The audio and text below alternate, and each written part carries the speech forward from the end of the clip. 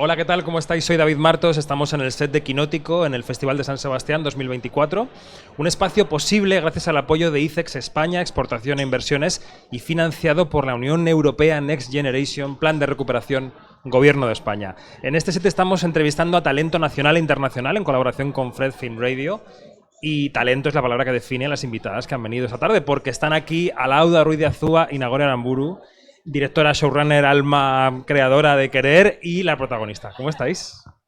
Muy pues bien. Muy bien, muy bien. Con esa presentación, muy bien. Hombre, en el día previo a que la serie vea oficialmente la luz en el Festival de San Sebastián, ¿qué? Alauda, ¿qué? Querer está a punto de ver la luz, de que la vea la gente, de que la sienta, de que la viva. ¿Tienes ganas de compartirla? Tengo muchísimas ganas y no estaba nerviosa, pero ya empiezo a estar nerviosa porque vamos a tener el lujo de poder ver la serie en una sala, de sentir a la gente en el momento, ¿no? Y yo creo que es una historia muy emocional, pero también tiene preguntas incómodas y tengo como una mezcla entre curiosidad y nervios por cómo va a ser el pase. Es una serie de grises, no solo por el cielo vasco, sino por la gama de, ¿cómo decir?, de posicionamientos que puede generar, ¿no? Porque todos los personajes podrían defender casi todo lo que hacen, no todo, casi todo lo que hacen, desde algún punto de vista, o algún amigo podría defender a cada uno de los personajes. Ahora, cuando llega un guión y una propuesta como esta, llena de grises, de matices, en la que hay que ser finísima para interpretar, lo que puede es el miedo, las ganas de arriesgarse, el sí rotundo, ¿cómo es? Cuando lees ese guión, el sí rotundo. Y sabiendo en manos de quién vas a estar, todavía más. Sí. Sí, ¿no? Sí. No había miedo al tema al que ahora entraremos, ¿eh? Miedo no. Entré con muchísimo respeto y con pies de plomo porque es un tema sensible que bueno, me daba eso, mucho respeto por dónde lo íbamos a encarar y cómo iba a ser, cómo iba a llegar luego lo que hiciéramos, pero a mí me enganchó el guión, a mí me enganchó la historia, la manera que tiene de escribir Alauda y los conflictos y esos grises que tienen todos los personajes y esa curva, ese viaje enorme, es para trabajar, es una gozada. El tema, incurriendo un pelín en el spoiler, pero claro, de algo hay que hablar en la serie, es una mujer casada desde hace muchos años con su marido que lo acaba denunciando por violación, ¿no? Por violencia sexual, en el seno del matrimonio, que es un tema que no está en la palestra, que evidentemente habrá quien conozca algún caso de que esto se haya producido, pero es un tema del que no se habla, que está silenciado. Entonces, ¿por qué? ¿De dónde surgen las ganas de plasmar esto en una serie? Bueno, a mí lo primero que me llega es por parte de los productores de Juan Moreno y de Koldo Zuazúa es esta premisa. Me dicen, mira, queremos hacer una serie sobre el tema del consentimiento, pero queremos ir a un terreno que todavía está por explorar, que es el de la violencia sexual dentro del matrimonio. Y tenemos esta idea, una mujer que denuncia a su marido, ¿no? Y a mí realmente la premisa me atravesó la cabeza, ¿no? Se me disparaban las preguntas. Cómo se produce eso, ¿no? En una relación, ¿no? Una relación que igual empieza con un noviazgo tradicional, con relaciones consentidas, cómo termina en un escenario de violencia sexual, cómo se denuncia eso después de muchos años de relación, cómo vives una familia, cómo se juzga eso, o sea, cómo se juzga en una sala judicial, pero también cómo lo juzgas tú si perteneces a esa familia o has de alguna manera sido partícipe de la intimidad de esas personas. Y no sé, yo creo que ya para la quinta o la sexta pregunta ya le estaba diciendo que sí, que quería entrar en el proyecto. Quería escribirlo y quería dirigirlo porque me parecía que había un viaje, bueno, o sea, desafiante, pero me gustaba eso, me gustaba tener delante preguntas que yo veía que las respuestas iban a ser complejas y que yo no las tenía, o sea, que yo tenía las preguntas pero no tenía las respuestas, ¿no? ¿Cómo fue vuestro proceso creativo del personaje juntas? Porque la protagonista es una mujer a la que todo el mundo cuestiona permanentemente. Todo el mundo pone en duda que lo que dice, ya no que sea verdad, que también, sino que sea tanto como dice. O sea, la tachan de exagerada, le hacen luz de gas, le dicen que no, que se lo está imaginando, que cómo va a ser, ¿no? ¿Qué tipo de personaje construisteis entre las dos? ¿En qué os fijasteis? ¿A qué os agarrasteis? Bueno, ya desde la escritura había, que luego seguimos trabajando en esa dirección en los ensayos y en las conversaciones y en el rodaje, ¿no? Porque siempre hay algo como de búsqueda, ¿no? Siempre estábamos buscando cosas nuevas o capas.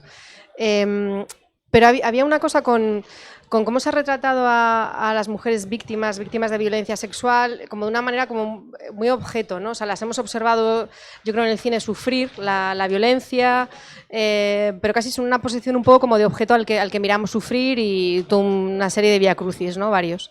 Y yo creo que este personaje está escrito y está interpretado desde un sitio más activo, más, quiero decir, la serie empieza con ella denunciando.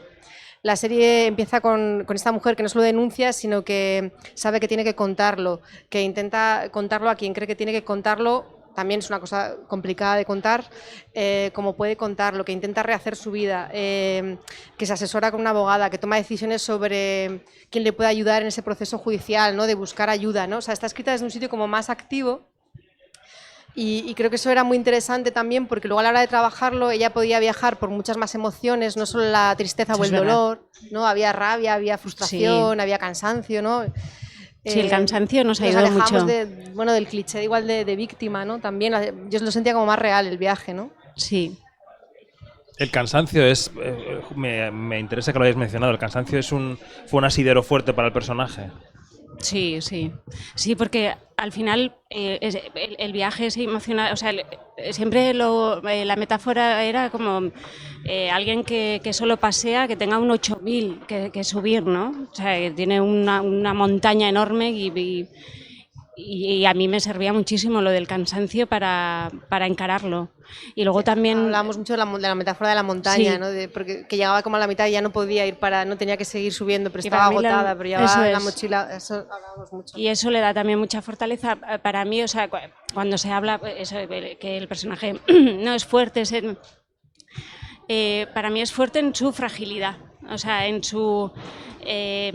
yo veo a Miren como una mujer que está tan destrozada o tan rota ya, que necesita para sobrevivir hacerse esa coraza y hacer, pues eso nos daba las capas que tiene, hacerse esa coraza o tener esa templanza para seguir adelante, porque sabe que si se cae, si se rompe, eso no vuelve, o sea, por ese miedo a no poder volver. O sea, de que eso la destroce, que se vea todo eso. Por ejemplo, de cuándo se iba a romper el personaje, ¿no? O sea, sí. Si pensábamos, en algún momento te tienes que romper, ¿no? En algún momento tiene que venir un llanto, una lágrima, pero fuimos muy cuidadosas con esto y lo hablamos mucho porque sentíamos eso que aunque tenía razones para estar rompiéndose a cada tanto, si se rompía se le iba a desmoronar, toda la fuerza, ¿no? Y luego Nagore hizo un trabajo tan bonito y encontramos cosas preciosas en los ensayos. Por ejemplo, yo recuerdo el ensayo con Pedro Casablanc que encontraste lo de la arbitrariedad. ¿Te acuerdas? Ensayábamos cosas como escenas de su vida pasada, ¿no? Y de repente, pues bueno, lo que era sentir a alguien igual que es una presencia amenazante, pero que no sabe si va a tener un buen día o un día malo, o si va a haber violencia o no, ¿no? Pero siempre está ahí un poco ese miedo, ¿no?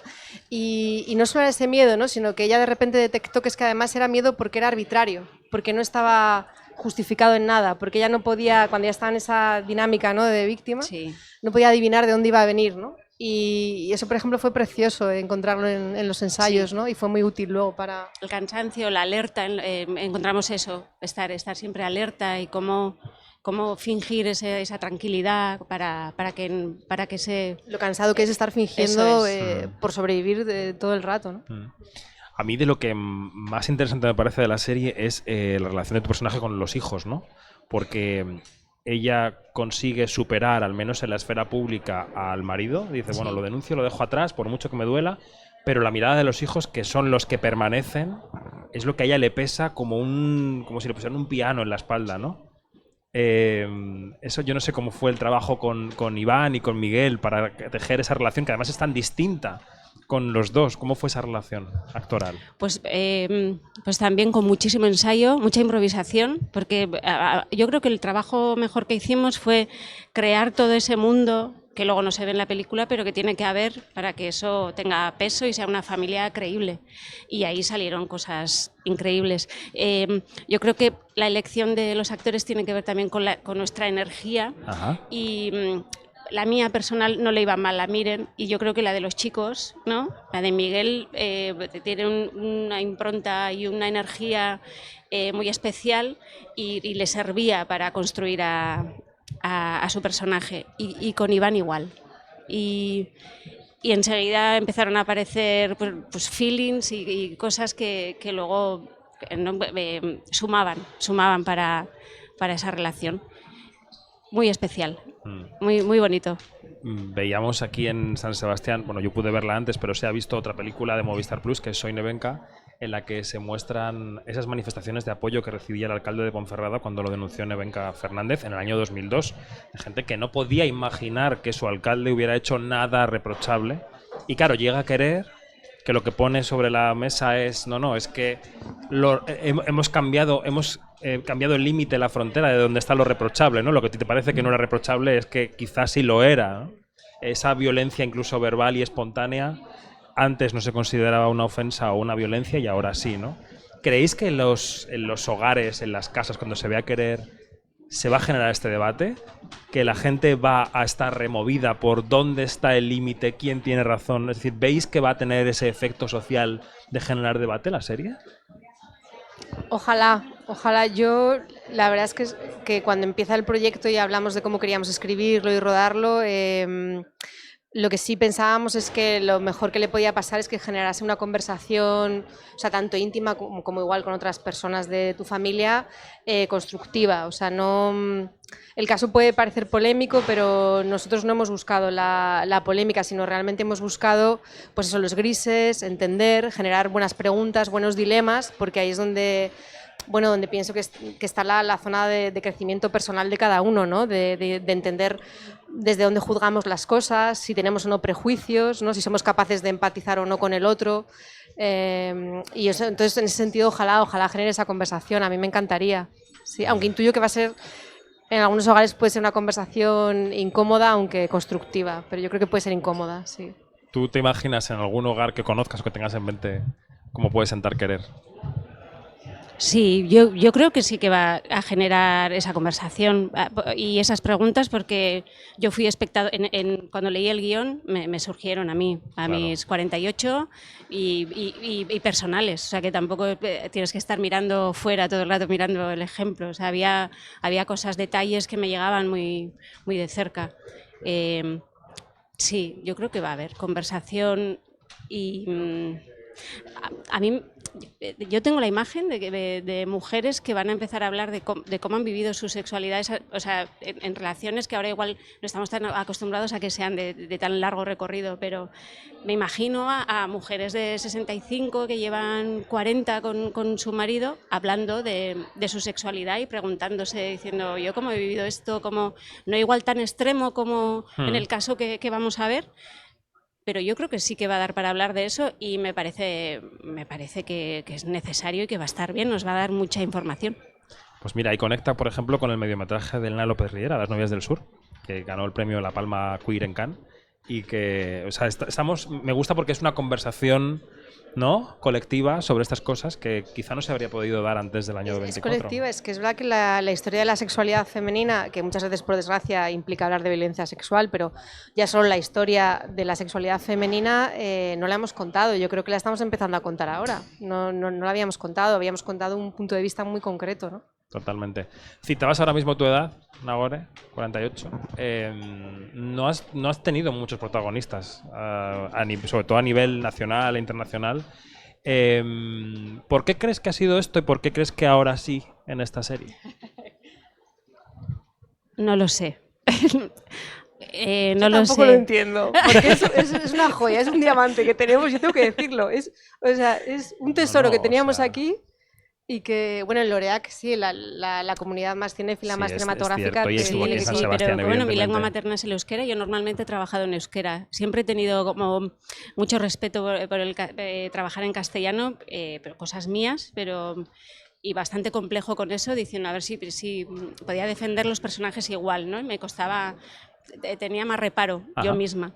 Y con Alauda pasó que yo no me lo creía, me lo iba diciendo, me iba acercando al momento y bueno, y a mí me viene estupendo que pase ahora a esta edad con recorrido y para poder disfrutarlo a tope. Bueno, ella es muy humilde, como verás, pero ahora lo digo, he hecho el chiste antes, pero lo digo completamente en serio. O sea, es un talento natural increíble, o sea, tiene una capacidad de entrar en la escena desde sitios distintos, una flexibilidad, todo es humano, todo es real, aparte de esa cabeza que tiene como actriz de elegir bien, de entender bien, ¿no? De leer bien, de escuchar al otro, ¿no? Y para mí también es un poco misterio, no lo sé, misterios del sistema, no es una visión de una determinada época, igual, es que no lo sé, de por qué no has hecho más protagonistas, yo tengo que decirlo, para mí también es un misterio sin resolver.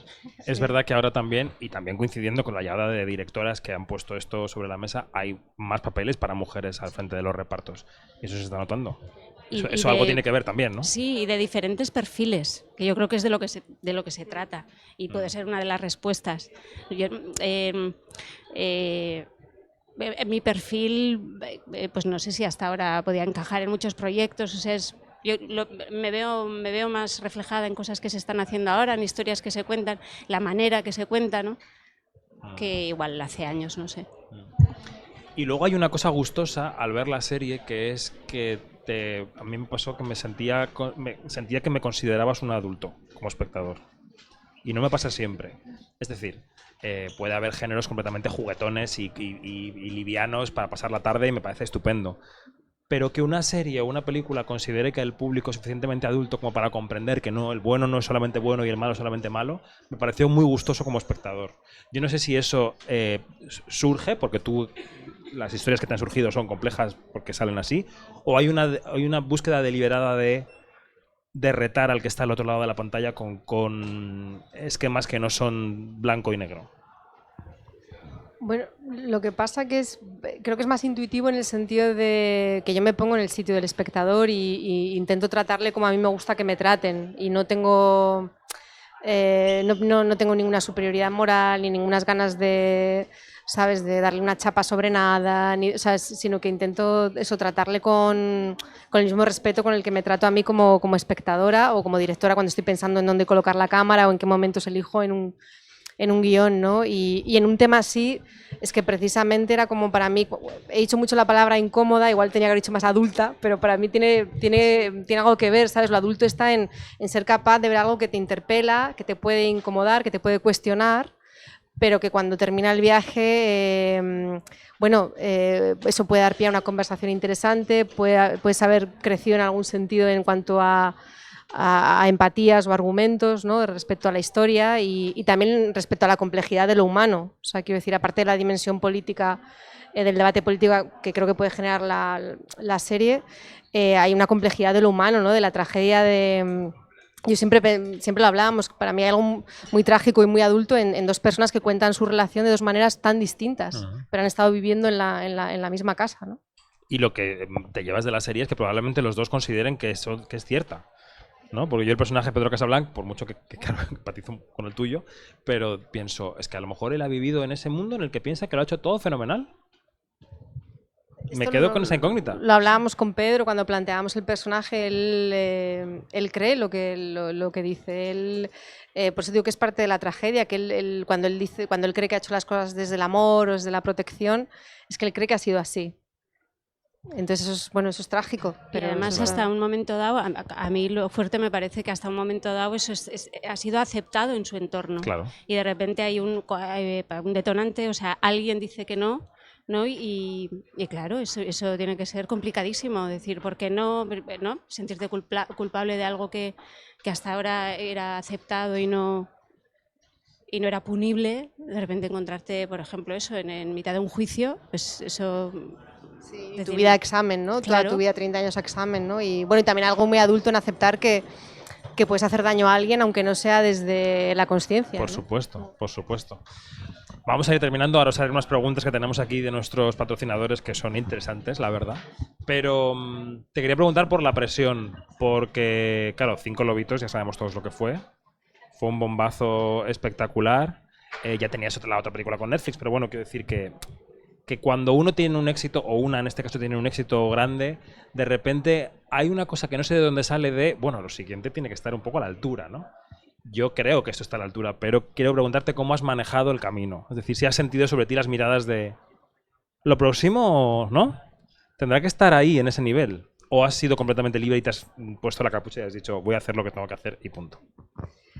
Pues me he sentido muy libre, la verdad, pero por una cuestión de que a mí me costó mucho hacer la primera película. Yo durante mucho tiempo quise hacer cine y bueno, es difícil levantar proyectos y no pasaba. Entonces luego cuando me he visto en este mundo y con la posibilidad de levantar las historias que me interesan y desde el sitio que quiero hacerlas, pues no sé, en vez de centrarme en la presión lo pienso más en términos de que soy afortunada y que soy privilegiada y que quiero aprovechar esa oportunidad, ¿no? Y además en algún momento leí una cita de Annie Ernaux diciendo que esto de que hay que escribir, uno tiene que escribir como si estuviera muerto o algo así, en el sentido de hasta ese punto te tienen que dar igual, ¿no? Lo que digan los demás, y entonces ya abracé creer desde ese sitio, ¿no? De realmente, bueno, de ver cuál era mi viaje en la serie y a ver dónde llegaba.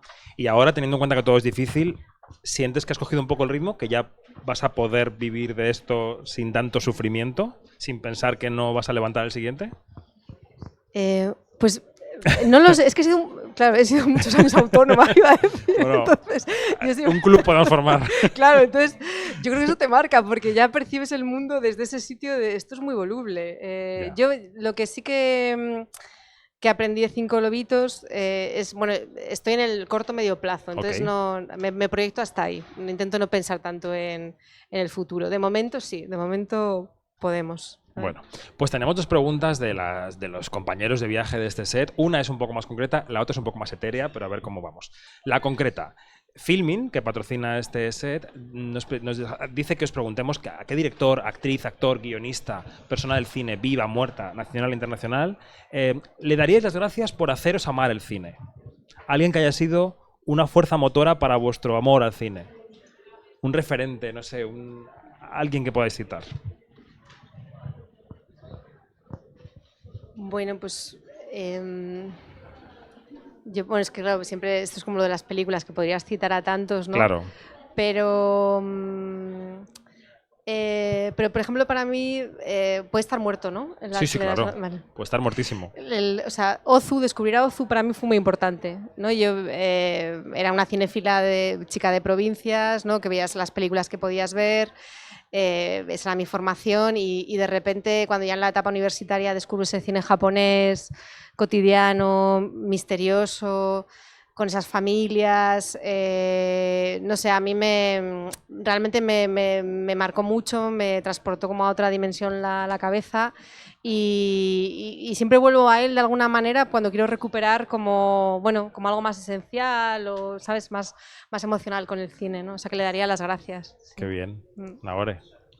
No sé, del cine, yo te voy a dar mi referencia así, que no suelo tener así de actores, actrices. A mí me encanta Juliette Binoche. Qué maja. Sí, es pues eso. Una de las referencias. Qué bien. Y la segunda pregunta, que es de ICEX, que es el patrocinador principal de este set, viene a raíz de una campaña que han lanzado como un pequeño corto para impulsar el talento español en el exterior, con actores, con directores y tal, ¿no? Y entonces la pregunta es, ¿qué enciende tu creatividad? ¿Qué puede ser? Mi creatividad se enciende con el silencio absoluto, o con una determinada música, o tomando café, o con un montón de almohadones, o corriendo por las mañanas, se enciende mi cerebro y entonces soy capaz de crear. ¿Qué enciende vuestra creatividad?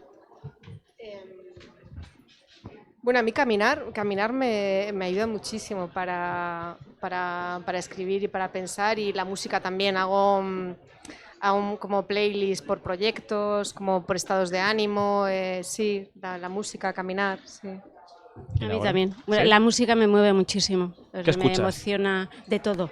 ¿Sí? De todo y según. Y cada proyecto tiene su música y luego el rodaje tiene otra música que también es... Sí, en este ya había alguna canción ahí de viaje. Y luego una cosa que a mí el transporte, o sea, a mí es muy creativo viajar, eso lo hemos comentado muchas veces.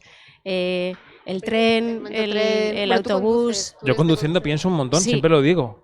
No me cuesta porque voy pensando. En fin, que nos tenemos que marchar. Oye, que querer en Movistar Plus este otoño cita ineludible. Yo creo que nos iremos encontrando en la temporada de premios porque es una de las series del año. Es así, me miráis con cara un poco así, pero yo lo digo. Así que enhorabuena por querer a Lauda, a Nagore, muchas gracias al resto del equipo. Y nosotros seguimos en Quinótico, la primera con K y la segunda con C. Hasta ahora.